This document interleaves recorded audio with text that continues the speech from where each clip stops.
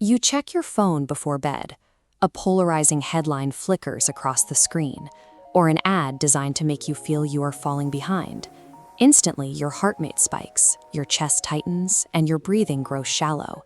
You aren't in any physical danger, but your brain is responding exactly as if you were. It is treating a glowing rectangle of pixels like an immediate life or death threat. At the center of this response is a small almond-shaped cluster of neurons called the amygdala. For most of human history, it operated as an early warning system, scanning the environment and triggering a fight or flight reflex to keep us safe from apex predators. This illustrates the amygdala's major biological blind spot. Notice how the brain receives the exact same threat signal from a wild animal on the left and a calendar deadline on the right. The mechanism cannot distinguish between a physical attack and digital stress. Modern digital landscapes thrive on this exact vulnerability. Sensational headlines and algorithm-driven marketing deliberately target this blind spot, keeping your nervous system flooded with stress hormones, making you highly reactive and exceptionally easy to manipulate. This breaks down an amygdala hijack. When the brain perceives a threat, the amygdala pulses into action, instantly flooding the nervous system with stress hormones. As hormones surge, the prefrontal cortex, the brain's logic and regulation center, physically grays out and disconnects. With your logic center struggling to maintain its connection, you are left navigating complex modern problems using only the blunt instruments of reactive survival instinct. When you pair this internal glitch with an attention economy designed to constantly startle you, the result is a perpetual loop. We spend our days exhausted, reacting to manufactured crises and making poor decisions. You are not permanently wired this way. Because of a biological feature called neuroplasticity, the brain can be retrained. You can actually build new neural pathways that interrupt the fight-or-flight cycle. To do this, professionals in high-pressure roles use the Bliss framework, developed by the nonprofit ThoughtShift. Bliss functions as a mechanical intervention to re-engage the prefrontal cortex, creating the cognitive space necessary to evaluate a stimulus before you react to it. The foundation of this intervention starts with the final S, sleep well. Getting 7 to 9 hours of quality sleep physically repairs the nervous system. A rested brain regulates the amygdala, keeping your emotional baseline stable. Once your internal biology is rested, you have to address the external environment. A workspace or digital life full of clutter forces the brain to constantly scan for relevant information, which elevates baseline stress. This animated diagram demonstrates the L in Bliss. Less is more. By actively removing mental, physical, and digital clutter, you reduce the sheer volume of data the brain has to monitor. Establishing strict boundaries around your sleep and your environment cuts off the fuel supply to the fear response.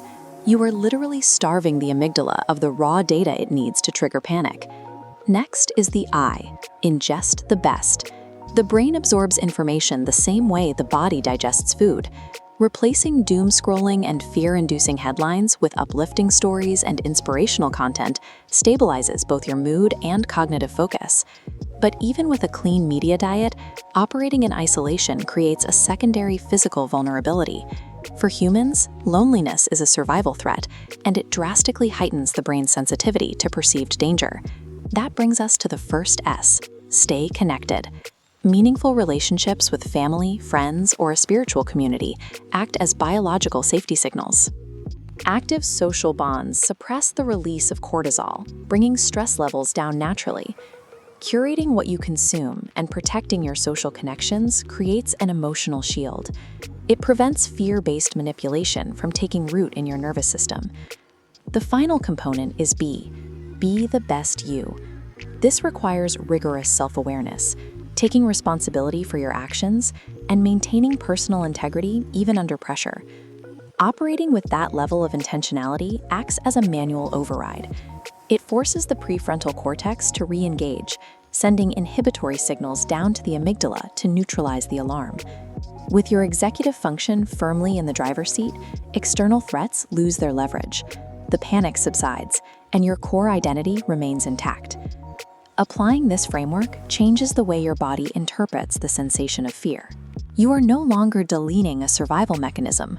but redirecting the signal so it no longer triggers an automatic biological spike. Instead of an overpowering force that dictates your actions, fear becomes a neutral, manageable piece of data. It is just another dashboard indicator to observe. When that data arrives, you read it as a signal for growth. The chaos continues to swirl around you, but it no longer has the ability to dictate your internal state. Living with this kind of intention breaks the grip of the attention economy. You are no longer a reactive node in a digital network. You have reclaimed your agency. Personal power is a byproduct of habits that protect your biology from being hijacked by the environment. Confidence follows the decision to curate your inputs. This isn't about achieving immediate perfection. Neuroplasticity is a gradual process. It requires reps. Every time you pause before reacting, you strengthen a new neural pathway. You don't have to tackle the whole system today. Pick one letter of the Bliss framework. Simplify your desk, text a friend, or go to bed early. Start rewiring your brain right now and master the Misfire.